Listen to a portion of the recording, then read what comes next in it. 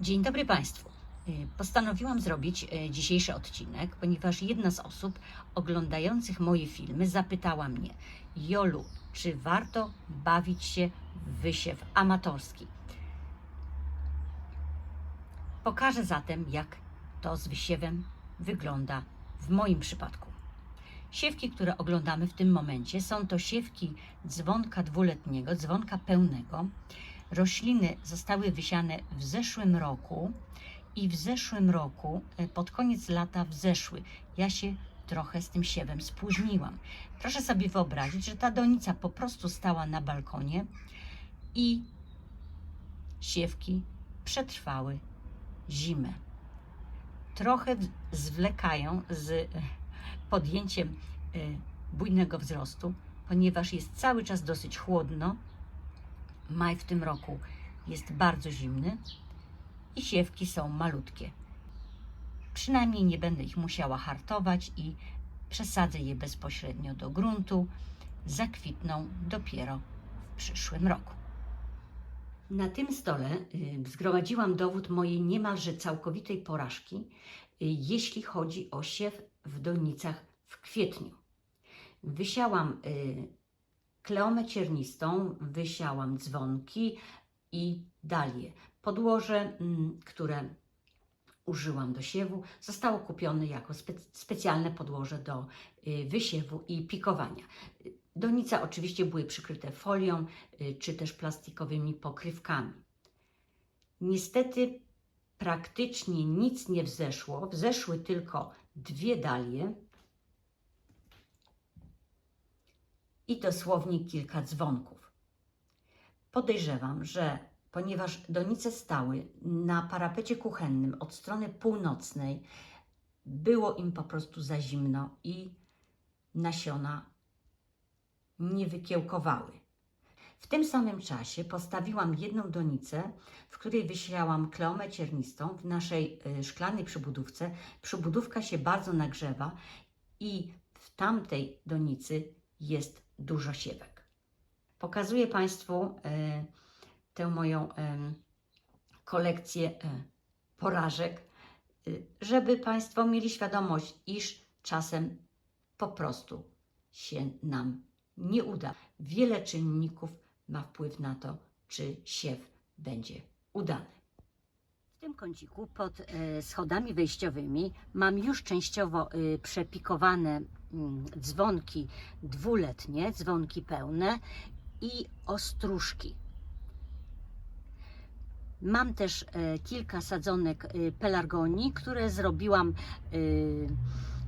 przycinając przechowane w garażu przez zimę pelargonie. To były takie pelargonie, które bardzo bujnie kwitły i dlatego postanowiłam sobie zrobić z nich sadzonki. Ktoś pewnie powie, że te siewki są przepikowane za gęsto.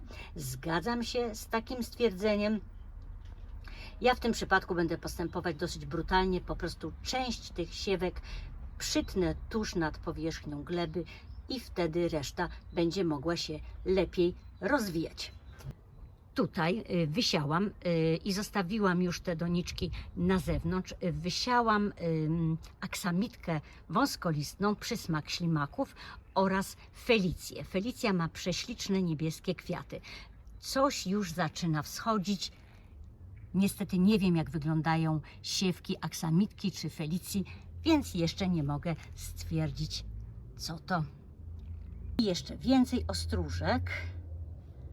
Z tych ostróżek bardzo się cieszę. Miałam kiedyś przepiękne ostróżki, ale niestety wszystkie padły ofiarą ślimaków. W moim ogródku są w stanie przetrwać ostróżeczki polne. Liczę na to, że te bylinowe ostróżki uda mi się jednak przed ślimakami uchronić. Zostały one wysiane przez moją koleżankę, która jest mistrzynią siewu, i następnie przepikowane przeze mnie. Siałam również w donicach białe kosmosy. Kosmosy mogą być wysiewane bezpośrednio do gruntu, kiedy już minie groźba przymrozków. Chciałam je jednak wysiać do donic, tak żeby mieć kontrolę nad barwą. To są tylko białe kosmosy. Nadają się oczywiście już do wysadzenia do ogródka. Niestety tak było zimno i ciągle padało, że nie miałam czasu się tym zająć. Czasem ktoś z oglądających moje filmy napisze mi w komentarzu, że jeszcze nie zrobiłam danej czynności, choć już na to był dawno czas. Ja przypomnę, ja pracuję zawodowo i jestem z ogródkiem wyłącznie sama. Tutaj czerwone kosmosy i habry. Habry niezbyt się popisały. Jest ich może zaledwie 10. Wiem, że tu należałoby wyplewić, ale korzystam dosłownie z chwili między deszczami. Kiedy deszcze ustaną, wtedy zajmę się przesadzeniem tychże kosmosów na ich ostateczne miejsce i przesadzeniem habrów. Tutaj już kosmosy w gruncie, zdążyłam je kiedyś przesadzić z doniczek, w których były wysiane. Bardzo się cieszę na te kosmosy, mają dosyć nietypową barwę, taką żółto-pomarańczową. A przed Państwem teraz popisują się swoją urodą wieczorniki damskie. Mam dosłownie las wieczorników damskich. Wieczorniki damskie rozdaję też znajomym i uczniom. Ta roślina wprowadzona raz do ogrodu świetnie się wysiewa. Kiedy już nauczymy się, jak wyglądają siewki, nie będzie problemu z koniecznością ponownego wysiewu. U mnie stała się już wręcz nawet trochę uciążliwa. Będę niektóre z tych roślin likwidować, ponieważ przybrały one naturę bylin i odradzają się rok po roku, robiąc się coraz większe. Na koniec pokażę doniczki z roślinami, których wysiew wyjątkowo mi się udał. Widzimy tutaj dalię kołnierzykową i wysoką odmianę niecierpka. Bardzo jestem ciekawa tej odmiany. Rośliny wysiałam w maju i doniczki postawiłam od razu na kaloryferach. Kaloryfery były włączone, ponieważ maj w tym roku jest wyjątkowo zimny. Ziemia nagrzała się bardzo szybko i rośliny wykiełkowały. Teraz są już gotowe do przepikowania.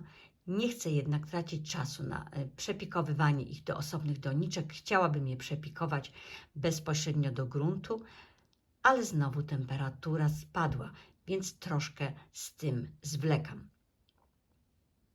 Jeśli chodzi o wysiew, to w tym roku już mam niemalże zakończony. Będę jeszcze w czerwcu wysiewała różową niezapominajkę, bo bardzo ją lubię.